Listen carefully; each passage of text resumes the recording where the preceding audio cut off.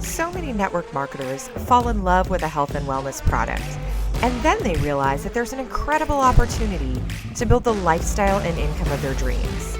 But what happens when you get started and you run out of friends and family to talk to, and what you're doing on social media just isn't quite getting you where you want to be? Well, the truth is it's probably not your fault. It just takes a little marketing know-how that you may not be getting from anywhere else. So on this podcast, I'm sharing with you the secrets that I've been able to learn from all of my top earner friends and mentors. I'm pulling back the curtain on exactly what it takes to get people excited about the wellness products that you have to offer, to help people improve their lives, and to get you to the rank that you want to be at. My name is Soraya Goddard, and this is Secrets to Marketing Your Wellness MLM.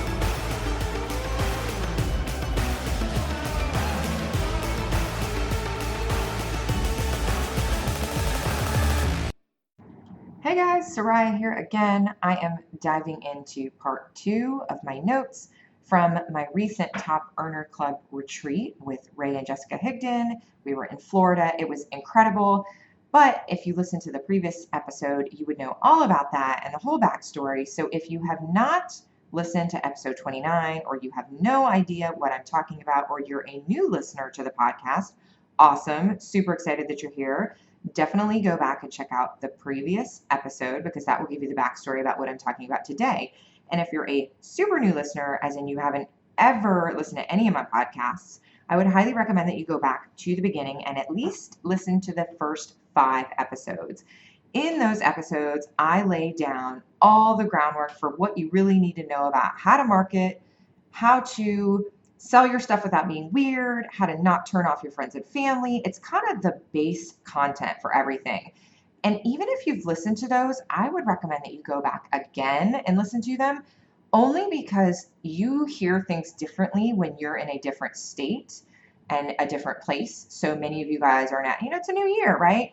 Things have happened in the last 6 months. Go back and listen to them again, and I guarantee you will hear things differently. So without further ado, let's drive on in my notes.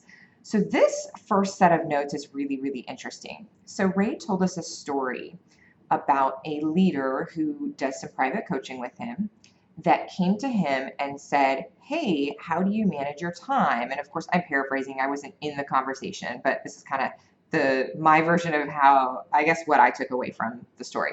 So anyways, leader came to him and said, hey, how do you manage your time? Or how am I supposed to manage my time? Because I've got all these people reaching out to me, all these teammates, basically, voxing me all day long. If you don't know what Voxer is, it's like a walkie-talkie app that's amazing, and a lot of leaders use it. So this person said, hey, I've got people voxing me all day long, so much so that I can't really get all my work done, and they're not really understanding what I'm trying to teach them. So he said, what do you mean? And this leader showed him kind of, a screenshot or something of all the Voxer messages. So basically like voicemails that this leader was getting all day long from people on her team. And the messages were, hey, I'm reaching out to a prospect, and what do I say?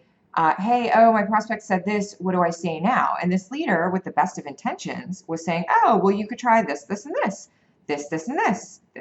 Oh, you should say this, or here's what you do, or I covered this in a video in a group, or I covered this here, and always being what this person thought was an amazing leader and making sure that their team had all the info that they needed. However, as some of you know already, you teach people how to treat you, and that's really the moral of this story. You teach people how to treat you.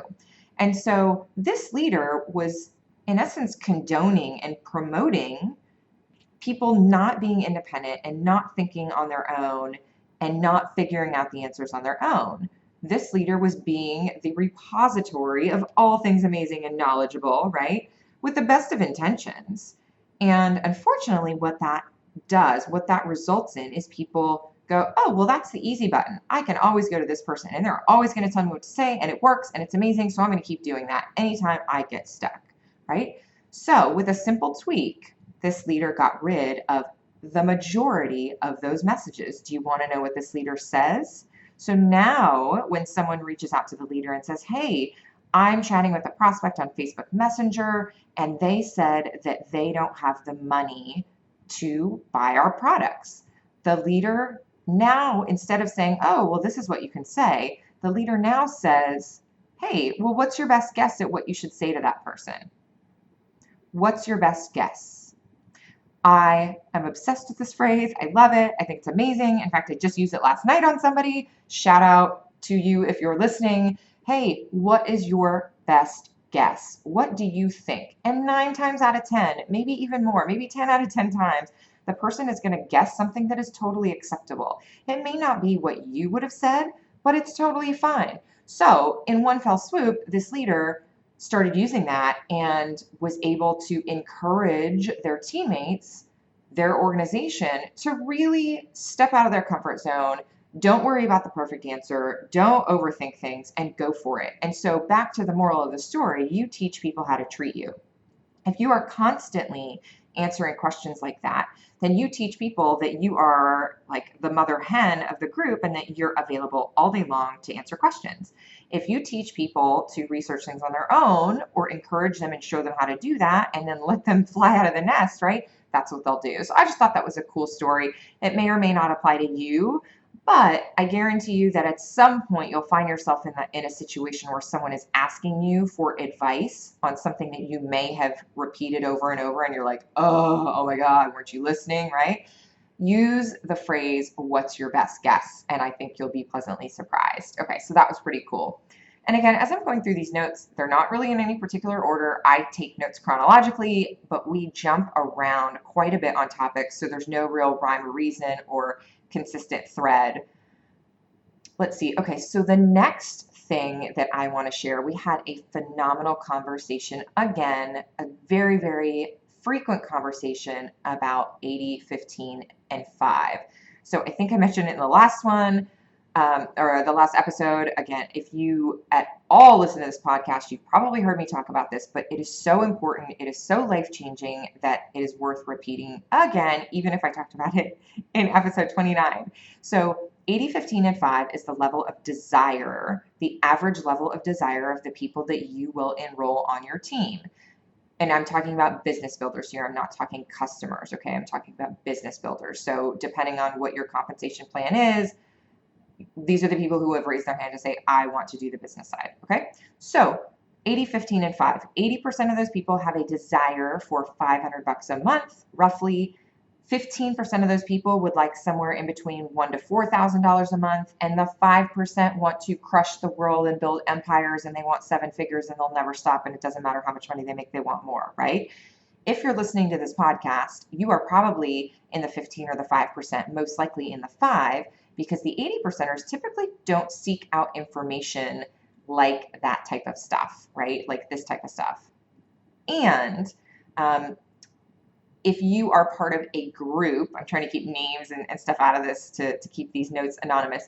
If you are part of a group, or you are paying for coaching, or you are in any way investing in yourself, you are definitely not an 80%er, because an 80%er won't stray out of their comfort zone. Typically, there are exceptions, but typically will not have the desire enough, because remember, their desire level is really only a couple $100 a month, maybe $1,000 a month, right? Something like that.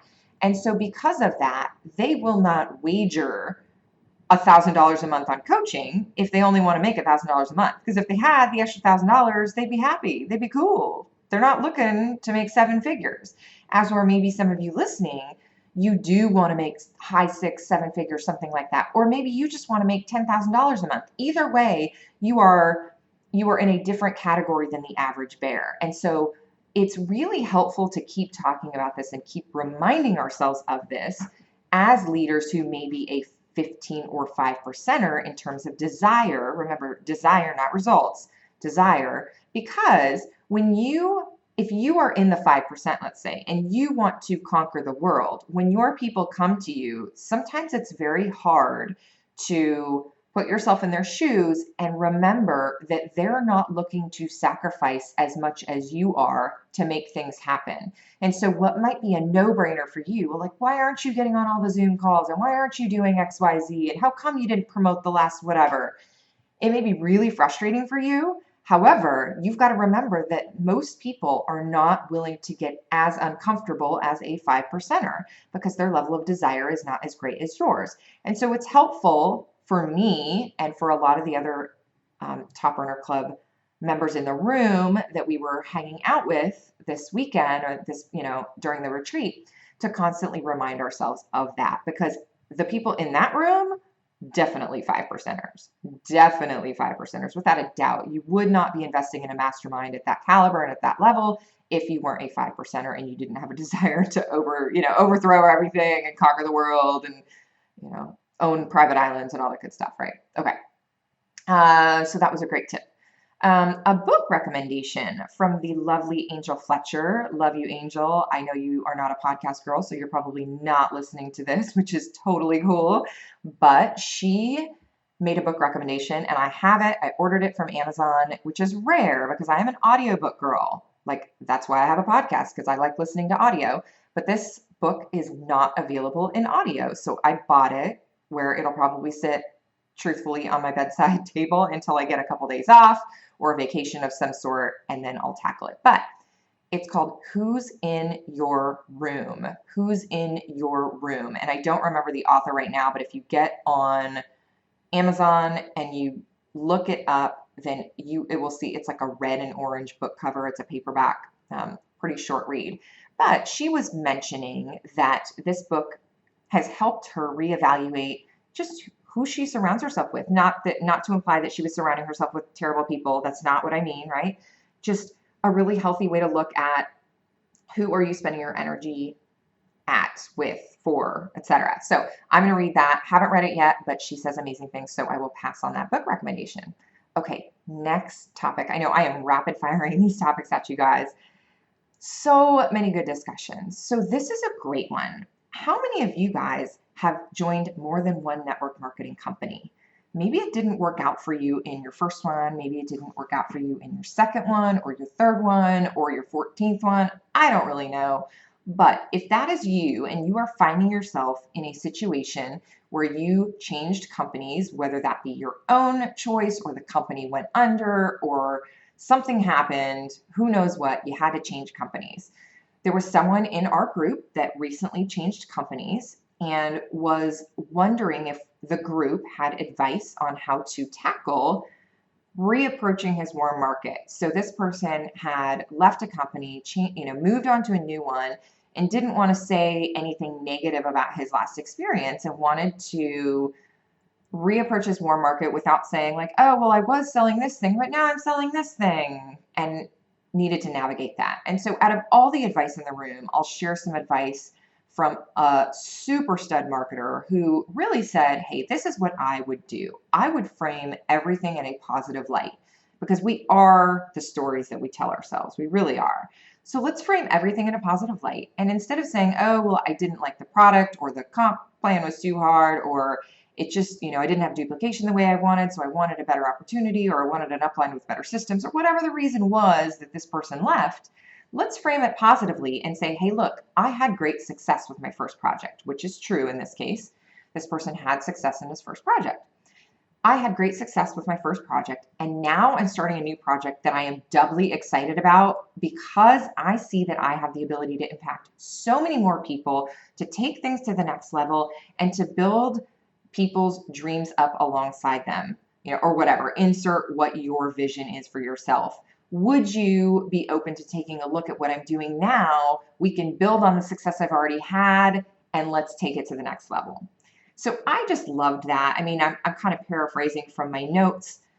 Insert whatever would apply to you. But if you're finding yourself starting over in a new company and you're terrified to go back to your warm market because you feel like you might be ashamed, or that they will look at you with less credibility, or any feelings of hesitation, then remember to frame it in a positive light. Even if you had just a couple customers in your first project, consider that success. Raise your head high, put your shoulders back, and say, hey, look, I loved what I did with my first project. I loved it, had a blast. I'm totally starting a new project because I have so much more ability to impact other people. Is this something that you'd be open to taking a look at? And I know that's in the prospecting realm, right? And a lot of you guys don't really enjoy prospecting, but I would change. I would really focus on telling yourself a different story. Again, we are what we say we are. We really have the ability to change our outlook with the story that we tell ourselves. And so if you tell a good story, then you will be able to really negate any of the objections that you think you might be getting. Awesome. I hope that helped some of you guys. If it did, totally, like in the middle of this podcast, I'm going to remind you that it is always helpful to screenshot this podcast if you love what you're hearing. Screenshot it, upload it to Instagram stories or even Facebook stories, because let's be honest, Facebook stories are on the rise. They are creeping in. We'll have to keep an eye on that. But yeah, post it to your Facebook stories and or Instagram stories and tag me. I would love that. Okay, next little bit from my notes. This is just a practical tip. So many people I know have reported that Facebook is being weird, right? How many of you guys know that Facebook is being super strange? I need you to do something today. I need you to go to Google first and Google how to download your friends list from Facebook, and then do it. Download your friends list from Facebook, okay? What you should do, this is the 2 reasons why you should do this. Number 1, because you never know when Facebook goes away, right? A friend of mine actually lost her Facebook account for ridiculous, nonsensical reasons. I've heard of other people losing their business pages for who knows, some arbitrary, you violated terms of service. You never know when Facebook will crash your network, right? So if you download your friends list and literally print it out, you have a record of people, so that if you do get back on Facebook, or even if you don't get on Facebook, you have a record of who is in your network. So valuable. I can think of so many reasons why that would be appropriate. But the number 1 reason would be just to protect yourself in case something crazy happens. And don't ever say that it's not going to happen to you, because trust me, it could. All right. So the last thing that I want to share with you from my notes is, this is a story that Ray was reminding us of. This actually initially came from some analysis that Russell Brunson did. If you don't know, he's the owner of ClickFunnels, or the founder and owner of ClickFunnels. And while he was writing his latest book, Expert Secrets, looked into why different political candidates win their political campaigns, okay? And the reason why he was looking into this is because he wanted to know, in terms of marketing, why was there a thread? Was there a formula? Was there something that was consistent among winning political campaigns? And so he looked at presidential campaigns, I can't remember how many years back, but quite a few years back, and looked at slogans and the way that the winning candidates and losing candidates marketed themselves and their campaigns. How did they approach marketing in their campaign? And what he found is really interesting and applicable to you as a network marketer, okay? So I want you to listen up.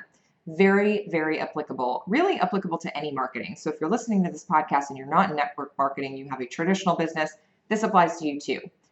What Russell Brunson found is that all the winners of the last presidential elections for, I'm going to make up a number, 100 years, right? I don't know, whatever the number was, had something in common, and that was that they painted a picture of a future-based cause. They painted a picture of a future-based cause. What does that mean? Instead of saying, I'm going to fix the economy, they say, hey, I'm going to make America great again, right? I am going to take it to a future place that is better than where we are now. Now, side note, I'm not endorsing any candidate. This is not a commentary on our current president or anything like that. I'm just saying that our current president, who was the winner of the last election, painted a future-based cause. Whether you liked it or not germane to this conversation. It's still, hell, we're 2 years past the election and people are still going, hey, make America great again, right? Because it's a future, it's an ideology, it's a dream, it's hope, it's, and talk about hope, right? That was the last successful president and the message of the previous president. So you can look back and do your own research about why, what exactly the campaign slogans were and what they did. But all of the winners painted a future-based cause. So how does this apply to you? You have the ability to paint a picture of what the future is like, okay? So whether that is talking about what your team is setting out to accomplish, whether that is talking about what health goals you can, lead people to, paint the picture of what the future looks like for your ideal prospect. So I'll leave you with that. There are so many places that you can go with that. I can't even tell you how powerful it would be if someone sat down with me. I arrived at this myself because I'm pretty future oriented. But what if someone sat down with you and said, hey, look, when you were looking at the business, right, before you decided to build a business, hey, look, what would it feel like to have your mortgage paid off, to have no mortgage? What would it feel like to not have a car payment, to be able to take time off whenever you wanted, to be in control of your own schedule? What would that feel like to you, right? If someone had that conversation with me, I might have joined the business opportunity a lot sooner than I did. I was a customer for quite a while, never had any intentions of doing the business. And a story for another day, I kind of started a little slowly at first. But anyways, if someone, and this is not a blame, if you want to powerfully connect with people, you have to paint a future-based cause. You have to rally people to your team, to your cause, whether that be based on product or opportunity or service, does not matter. You have to make sure that they understand that there is an amazing future out there for them, and they need to link arms with you to make that happen. So, all right, that is the highlights of my notes and the Top Earner Club retreat. I'm so grateful for all of you guys. I've been getting some incredible feedback, and I love all the connections on Instagram, by the way. So if you haven't already connected with me on Instagram, at Soraya Goddard, SORAYA GODDARD, you definitely want to get on there too, because I'm going to give you guys, I guess, a sneak peek, a preview of my office here. I am recording this podcast in my almost fully redone office, which I'm so excited about, because before, man, I just did not have a great space to record podcasts in. And so I wasn't doing it consistently. And there were a couple times where I sat down to record a podcast in my living room, and like my dog was barking, and then the neighbors were shouting. Like, it was just crazy. And so I ended up chucking those episodes. So I'm super excited that I have a lovely, creative, beautiful, inspiring space that I can be in that has, my lovely microphone, so I'm back on my normal mic, and that means more podcast episodes for you guys. So anyways, go connect with me at Instagram. Give me a shout out if you liked this episode, and stay tuned for more. Talk to you soon. Bye. Hey friends, I hope you enjoyed Secrets to Marketing Your Wellness MLM. Before you go though, I have something for you. If you are looking to grow your audience online via social media so that you can have people getting excited about your products and reaching out to you to learn more, then you need my cheat sheet that has 50 health and wellness Facebook Live topics that will attract an audience to you. It also walks you through the secret 4-part formula that you can follow on both Facebook and Instagram that is proven to have people reaching out to you. And when you get it, I am also sending you guys an audio file for those of you who love to listen to the information on the go. You can get both of those things at www.sorayagoddard.com/podcast. Again, that's sorayagoddard.com/podcast. SORAYAGODDARD.com/podcast. Thanks so much. Chat soon.